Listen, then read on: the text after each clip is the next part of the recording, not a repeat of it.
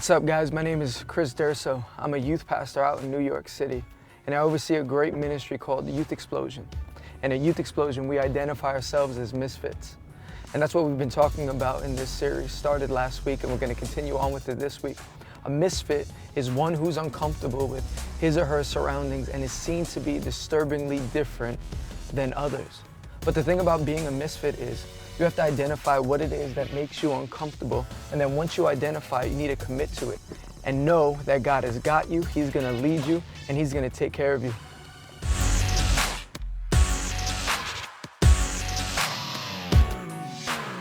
A couple of weeks ago, my 4-year-old son named Dylan, he wanted to play this game. And the game he wanted to play was he standed on top of our counters in our kitchen, and he just wanted to jump into my arms. Well, I put him up there, and he was really excited. He was like, "Daddy, this is gonna be so much fun. This is gonna be the funnest game you've ever played." And I just saw like the joy on his face, and I'm like, "All right, Dylan, let's play." And he's like, "All right." And he gets on top of the ledge, and like he's swinging his arms like he's about to jump. He's like, "All right, Daddy, you gotta count. You gotta count. And when you say 3, I'm gonna jump, and I'm gonna jump really far into your arms. Okay, Daddy?" And I'm like, "All right, buddy, let's do it." And I said, "All right, 1. He's like, "Oh, Daddy, this is gonna be so much fun." And I say 2. He goes, "All right, Daddy, you ready?" And I say 3. And when I say 3, he makes the movement, but he never jumps. And I'm like, "Dylan, what's wrong?" He's like, "I'm scared, Daddy." And I'm like, "No, Dylan, come on, this is your game. This is the game you wanted to play. You asked for it." He said, okay, let's do it again. Count again. When I said 3, again, he didn't jump. He got scared. He got nervous. And I was assuring him that I wouldn't drop him. I was like, "Dylan, I got you. I'm your dad. Of course I'm not gonna let you drop." He's like, "I know, Daddy, but I'm just scared." Well, when we tried it the 3rd time, and on 3 he jumped into my arms, and I caught him. But obviously I did, right? Because what father would ever allow their son to fall? That would never happen. A good father is always gonna take care of their son. The same way that I wouldn't let my son fall is the same way that God's not gonna let you fall. You just have to commit to what it is that He's calling you to do. Own it, step into it, and jump. And watch, He'll take care of you.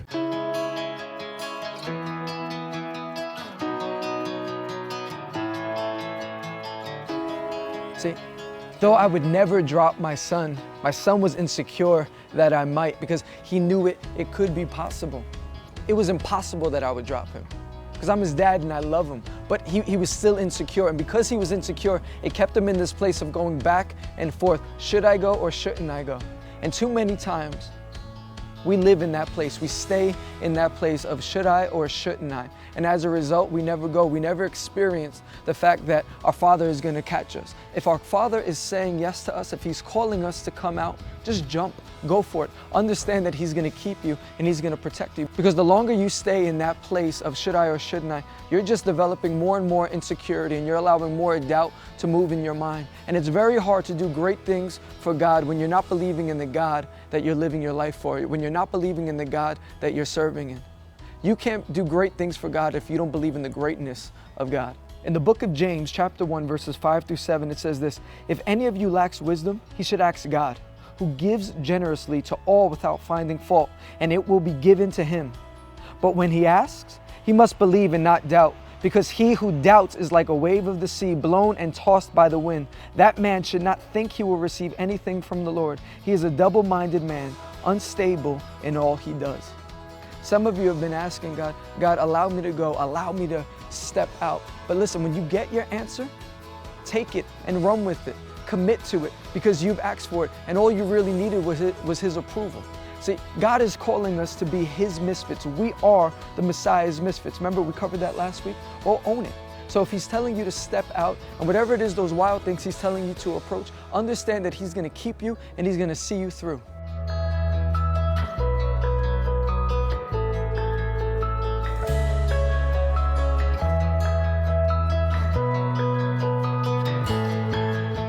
In the book of Matthew, chapter 14, we find Jesus with His disciples, and He just finished performing all these miracles all around the town that they were just in.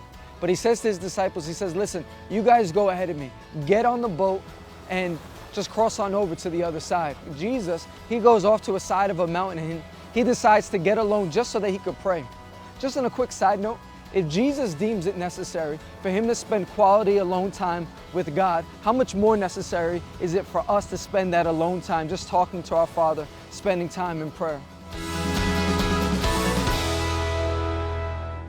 So he sends the disciples ahead, and the Bible starts to describe to us that it's early in the morning and that the disciples are sailing across this lake, and that they see something off in the distance, and they start to question one another, and they start to panic, and they start to get nervous, and they look out and they say, what is that? Is it a ghost?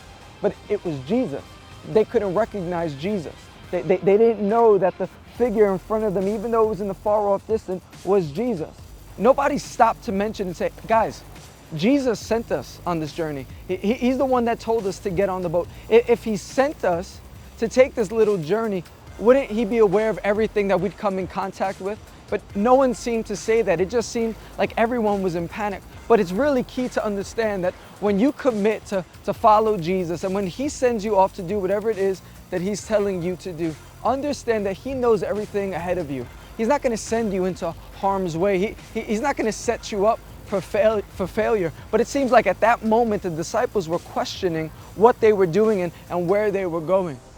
But yet as Jesus starts to approach them and get closer to them, the disciples are still a little confused as to who it is. So Peter, being the only one willing enough to speak out, he says, who is that? He says, Master, if that's you, say that I can come. And he's kind of asking to step out on the water, but at the same time, he's looking to see if that it's even God. I identify myself with Peter right here because often I find myself asking God, asking Jesus for him to open up doors for me, to allow me to do things. And if you say that I could do this, then I know that you're in it.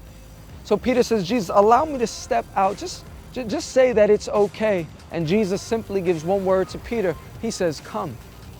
And which is great to understand because we know what happens next. Peter steps out of the boat and he starts to walk on water for a little bit.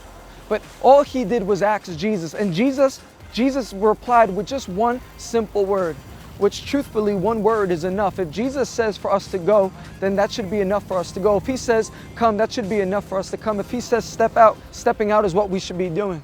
So he steps out of the boat and now he's walking on water. And the Bible doesn't record how long Peter was standing on the water. We just know that he's walking on the water with Jesus. But something starts to happen. It says that the waves start to rise up and they start to crash back and forth. And I guess because of the waves hitting Peter decides to look down. Jesus, I'm not really sure that I could do this. I mean, he didn't say this to Jesus, but his actions were speaking louder than words. Jesus, I'm not really sure that I should be walking on water. I mean, man has never walked on water before. And Peter began to sink. He began to sink. Why? Because he took his eyes off of Jesus. But the one thing I got to give credit to Peter for is the fact that at least he was willing to step out. At least he was willing to speak up. I mean, what about the rest of the guys on the boat? It seems like nobody else said anything. Only when they thought it was a ghost or only when they were panicking. You got to be careful who you allow on your boat.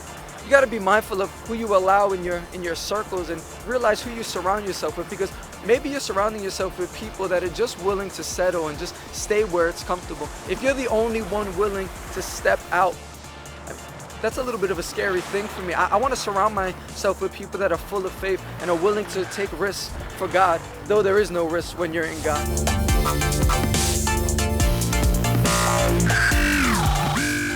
Peter, God understood that the water was liquid, but we need to understand that his word is solid. When he tells us to walk, we need to walk. When he tells us to go, we need to go. When he tells us to step out, we need to step out. When we ask for his permission to do something and he takes the time to respond, that needs to be enough. Because if that's not enough, we become double-minded and we start to doubt. And when you start to doubt, well, you're like a wave tossed back and forth. But understand that our stability does not come in the ground or the legs that we stand on, but in the God that we serve. Go wherever it is that he's telling you to go. Stay obedient to him. If you're going to step out towards the wild things of this world, allow his word to be enough. Because remember, we're the children of God. And what good father is ever going to allow his children to sink? He's got you. Jump out. He's going to catch you. His arms have never dropped anyone before, and he's not gonna start with you.